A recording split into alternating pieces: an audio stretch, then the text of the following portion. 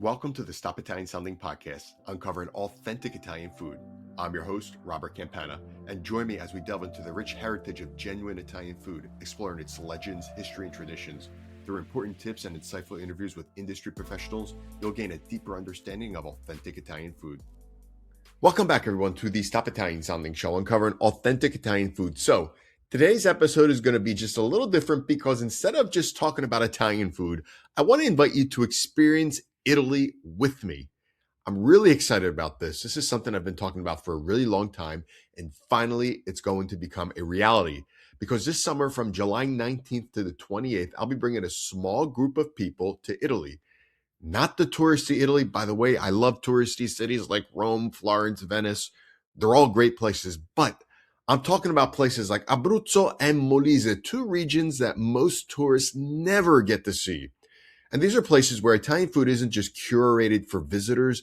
It's not designed for Instagram, let's just say, or TikTok. It's just, how can I say this, just real.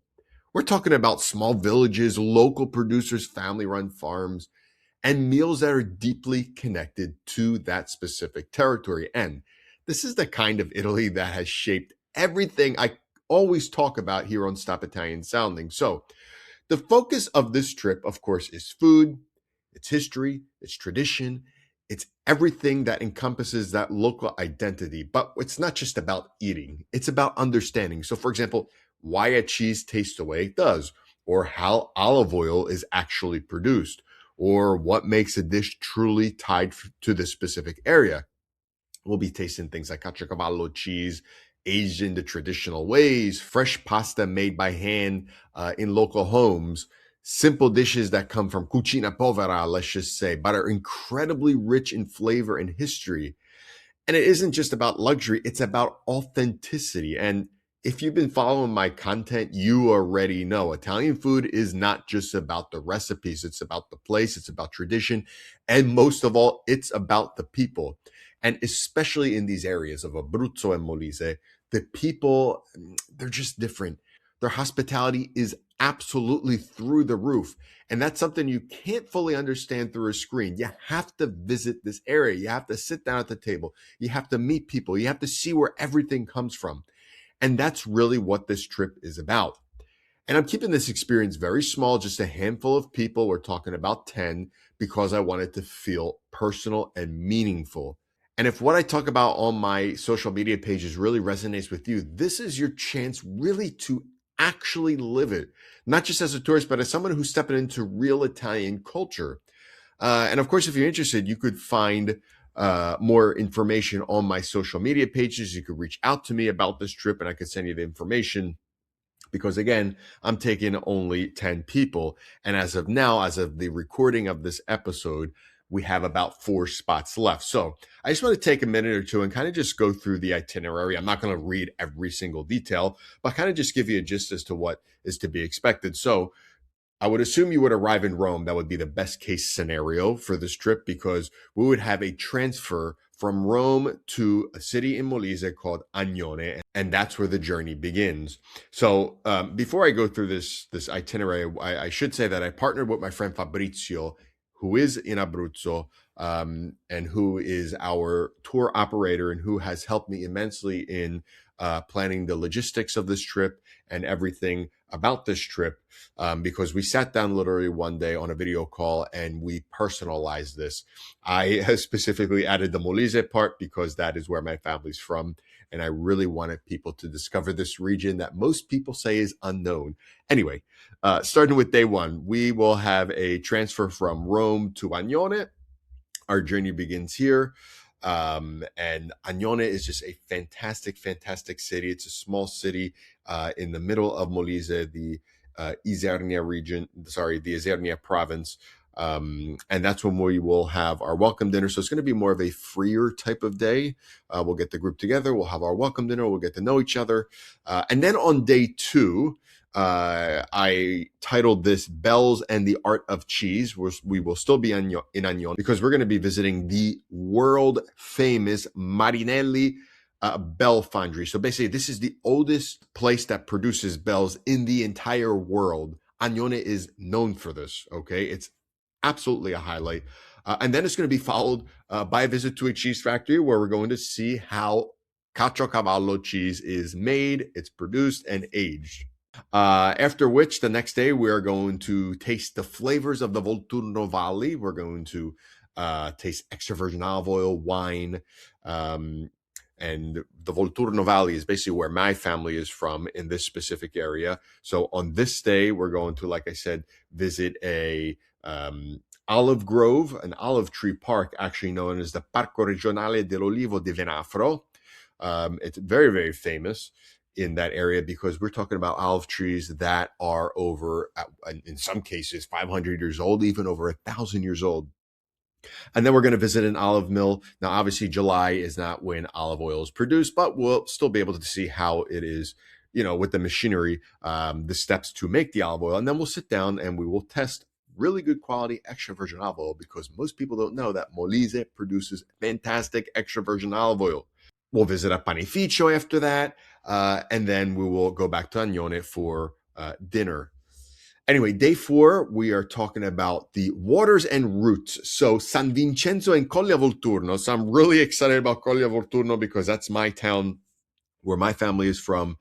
They call it La Piccola Parigi, so the small Paris, and that is because of its pastries. And one of the things that we are going to taste in this area are the famous cannoli collesi, because most people don't know that cannoli are also produced in my town, okay? And they are different from the Sicilian cannoli. The Sicilian cannoli are delicious. Per carità di Dio, I can't say anything about that, obviously, but we also are quite famous as well for it, and it would be my honor to bring you to my hometown. After that, we're going to check out the Basilica of Castelpetroso, which is this big, giant basilica. You've probably seen it on social media. It's actually a quote-unquote newer one because it was constructed in the 1800s, but it is beautiful, and we will be checking that out as well. Next day, we're talking about ancient history and forest treasures. So we're going to travel to Pietrabondante, and then we're going to have a truffle experience after that as well. So starting in Pietrabondante, we have the archaeological masterpiece of the Samnite people. Basically, these excavations from pre-Roman civilization, and we have this small little amphitheater that they left, which is, we're going to be stepping back in time. It's really, really cool. And then we have, of course, a truffle hunt in, of course, the region of Molise, because we are one of the biggest producers of truffles in all of Italy.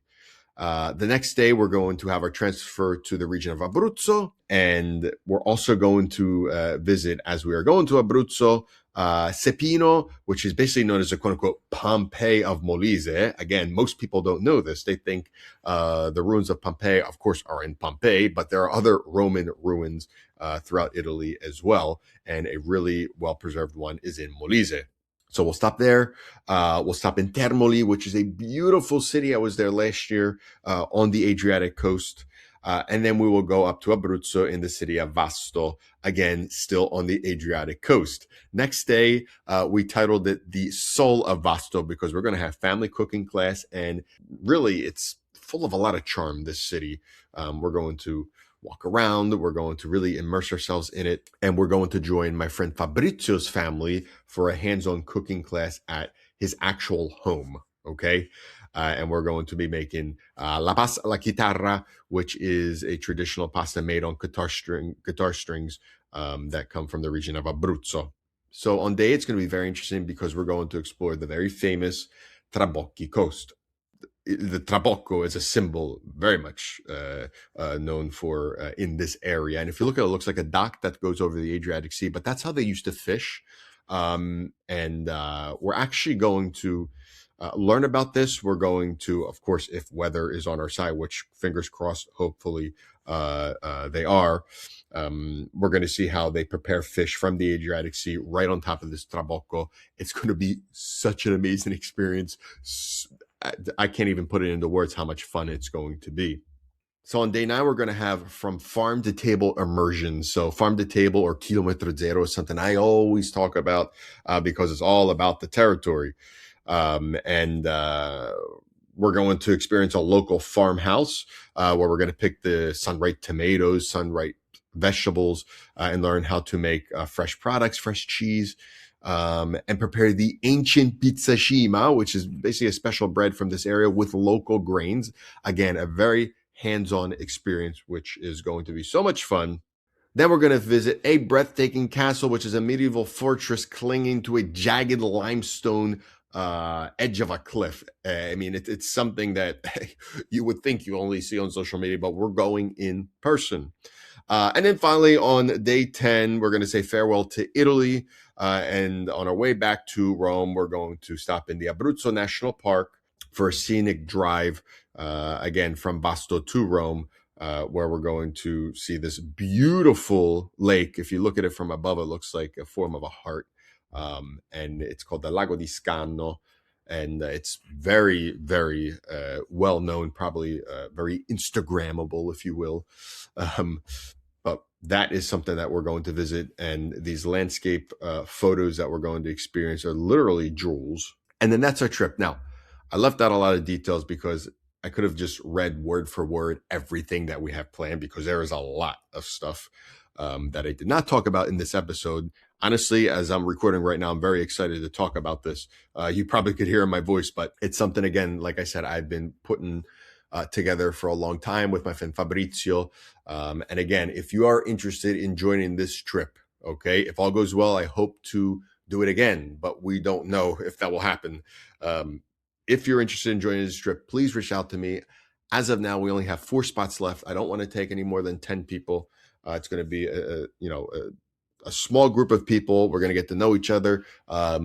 Before we leave, obviously, I'll put together a video call so we could all talk to each other, get to know each other, plan a few things, talk about logistics, and just get excited about this trip. Anyway, again, let me know if you're interested in this trip. I'd love to share this experience with you and really show you the unknown parts of Italy. If you have any questions, please let me know. Thank you for joining me on this journey through the stories of authentic Italian cuisine. If you enjoyed today's episode, don't forget to subscribe to this podcast for more insights and interviews. Also, feel free to reach out with your thoughts or questions on our social media channels at Stop Italian Sounding or on our website, stopitasounding.com. Grazie a tutti e alla prossima.